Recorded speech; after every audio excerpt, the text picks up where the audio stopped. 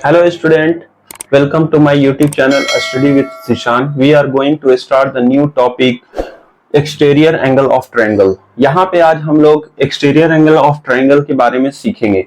पिछले क्लास में मैंने बताया था लाइन्स एंड एंगल्स के बारे में। वहां पे मैंने लाइन्स एंड एंगल्स को ट्रांसवर्सल लाइन्स के बारे में वहां पे डिस्कस किया था और वहां पे कॉरेस्पॉन्डिंग एंगल, लीनियर पेयर वगैरह को भी हमने डिस्कस किया था। आप चाहें उस वीडियो को जाकर के देख सकते हैं।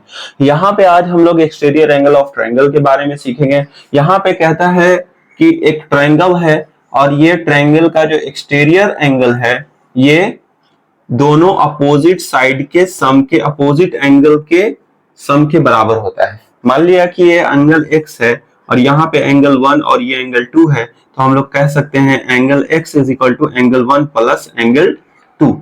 तो एक्सटीरियर एंगल प्रॉपर्टी यही कहता है कि अगर एक ट्रायंगल है और किसी भी, जैसे मान लिया कि ये एक ट्रायंगल है, अब यहाँ पे एक ट्रायंगल का साइड है ए बी सी। अब जैसे मैंने सी को यहाँ पे एक्सटेंड कर दिया, चाहे तो यहाँ पे ए को एक्सटेंड कर दें या चाहे तो हम लोग इसको बी को एक्सटेंड कर सकते हैं। ठीक है, तो यहाँ पे मान लिया कि ये बी को मैंने एक्सटेंड कर दिया।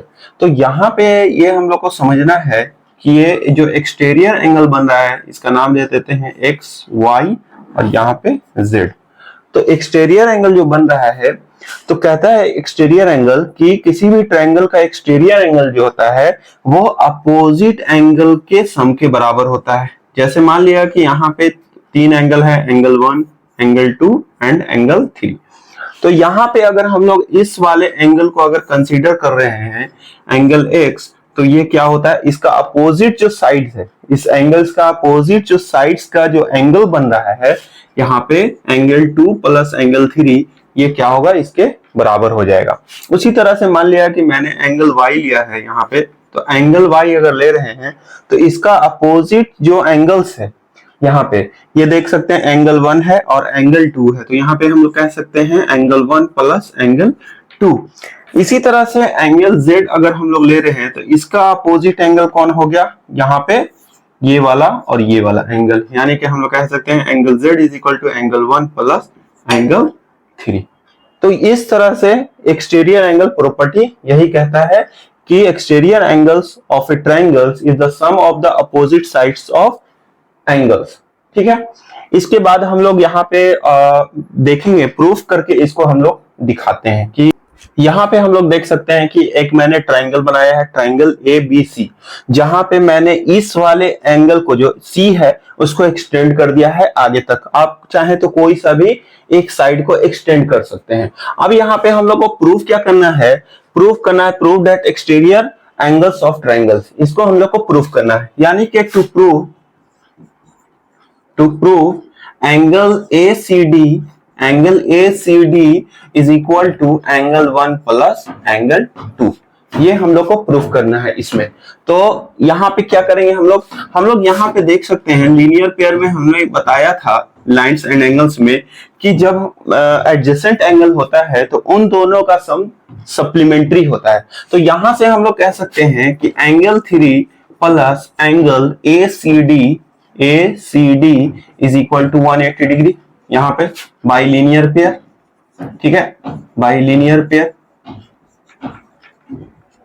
यहाँ पे, तो लीनियर पेयर को मैंने समझाया भी है। तो यहाँ पे क्या हो गया, ये दोनों एडजेसेंट एंगल है और इन दोनों का सम सप्लीमेंट्री होता है, यानी 180 डिग्री के बराबर होता है। तो इसको मान लिया इक्वेशन नंबर 1। अब हम लोग जानते हैं कि ट्रायंगल के तीनों एंगल का सम 180 डिग्री होता है। तो यहाँ पे हम लोग लिख सकते हैं angle 1 plus angle 2 plus angle 3 is equal to 180 degree. ये किस प्रॉपर्टी से हुआ, तो interior angle of triangle sum property. तो यहां पे लिख देते हैं ट्रायंगल सम प्रॉपर्टी से इसको हम लोग मान लेते हैं इक्वेशन नंबर 2। अब यहां पे देख सकते हैं स्टूडेंट, इक्वेशन 1 है, इक्वेशन 2 है। तो यहां पे इसको बनाने का दो ऑप्शन है मेरे पास। यहां से एंगल 3 निकाल लेते हैं 180 डिग्री माइनस एंगल ACD और उसको यहां पे पुट कर देते हैं। दूसरा बनाने का तरीका यह है कि दोनों को हम लोग देख सकते हैं, दोनों का जो RHS है वो सेम है। और हम लोग को ये पता है कि जब RHS जब बराबर होता है तो जाहिर सी बात है कि LHS भी बराबर होगा। तो यहाँ पे हम लोग दोनों को जब कंपेयर करते हैं तो LHS बराबर RHS, तो यहाँ पे जब RHS सेम है तो हम लोग LHS बराबर LHS लिख सकते हैं, और अगर मान लिया कि LHS सेम है तो RHS बराबर RHS। तो यहाँ पे देख सकते हैं इक्वेशन 1 और इक्वेशन 2 में दोनों में RHS इक्वल है, तो किसी भी RHS जब इक्वल है तो LHS भी इक्वल होता है। तो यहाँ पे हम लोग कंपेयर कर देंगे, compare of equation 1 and equation 2।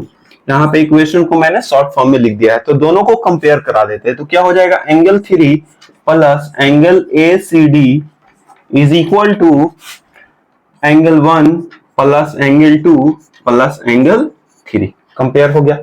अब यहाँ पे देख सकते हैं कि एंगल 3 है, एंगल 3 को उस तरफ ले जाएंगे तो क्या हो जाएगा, माइनस हो जाएगा, तो कैंसिल हो जाएगा।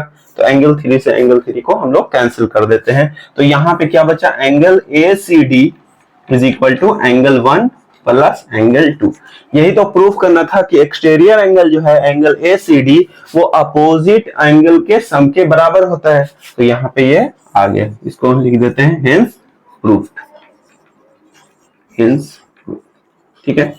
अब यहाँ पे मेरे पास एक दूसरा प्रॉपर्टी आता है कि कहता है कि जो ट्रायंगल्स होता है उसके एक्सटीरियर एंगल का सम 360 डिग्री होता है, ये प्रूफ करके दिखाइए, ठीक है। तो इसको हम लोग प्रूफ करके दिखाते हैं, एक्सटीरियर एंगल का जो सम होता है ट्रायंगल का वो 360 डिग्री के बराबर होता है।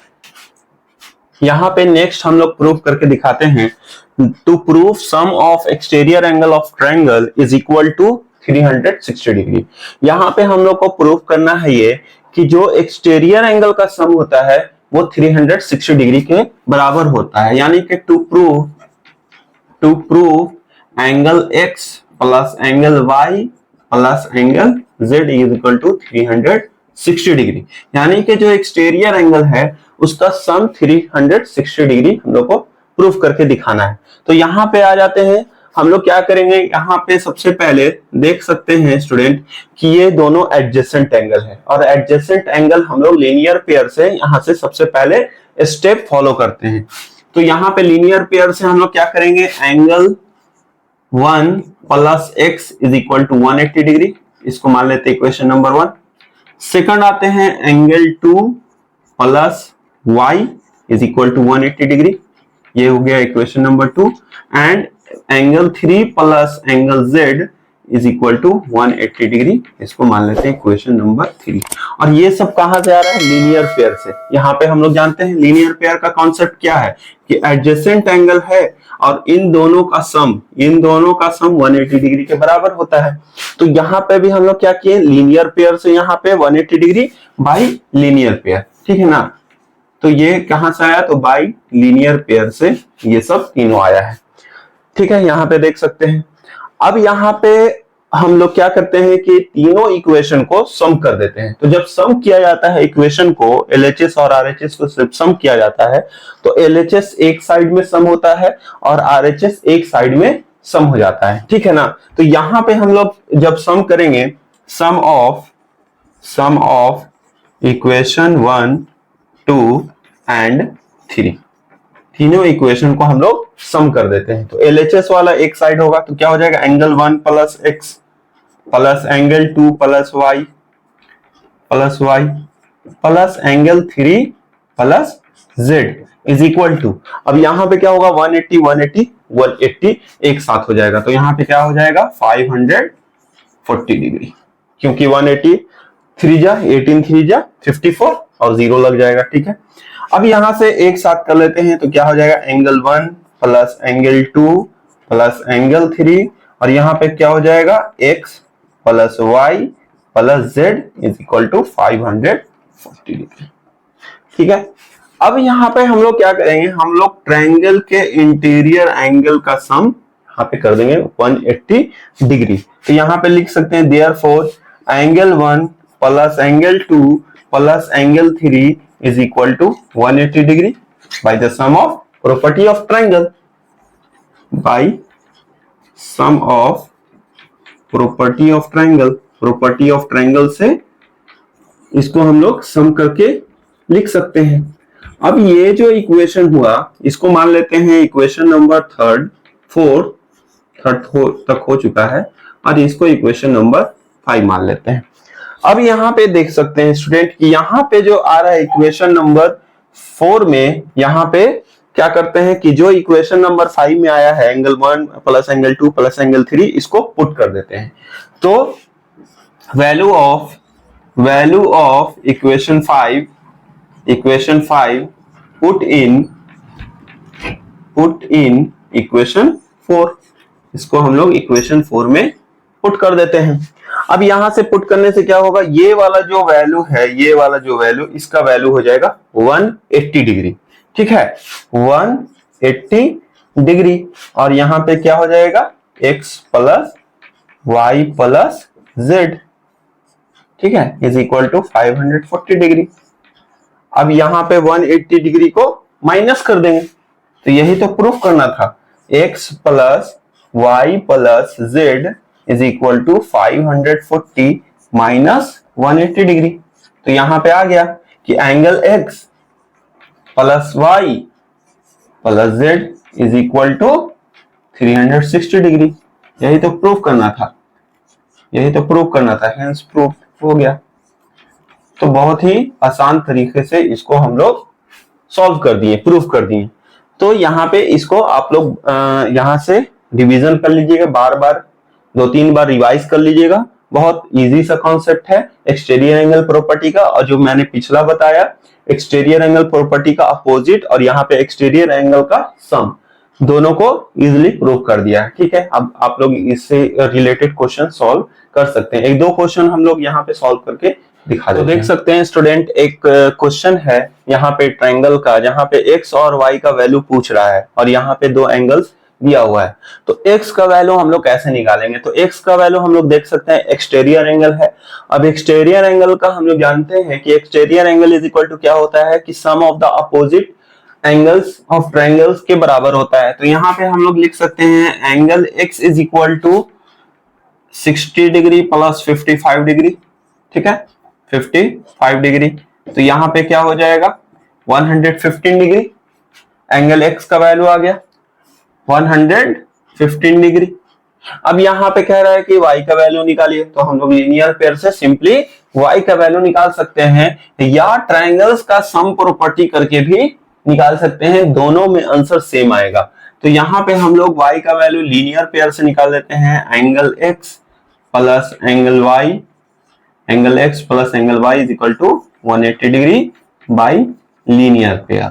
ठीक है, लीनियर पेयर से भी निकाल देंगे तो भी वही सेम आंसर आ जाएगा, 115 degree plus angle y is equal to 180 degree. तो angle y is equal to क्या होगा 180 माइनस 115 डिग्री। तो यहाँ पे 65 डिग्री आ जाएगा। ठीक है, अब यहां से कोई चाहेगा कि नहीं हम ट्रायंगल्स के सम प्रॉपर्टी से निकालें, तीनों एंगल का सम 180 डिग्री होता है, तो वो भी आंसर सेम ही आएगा, क्योंकि इन दोनों को सम कीजिएगा तो 115 डिग्री आएगा और 180 में से माइनस कीजिएगा तो 65 ही डिग्री आएगा। ठीक है, तो आप दोनों तरीके से बना सकते हैं।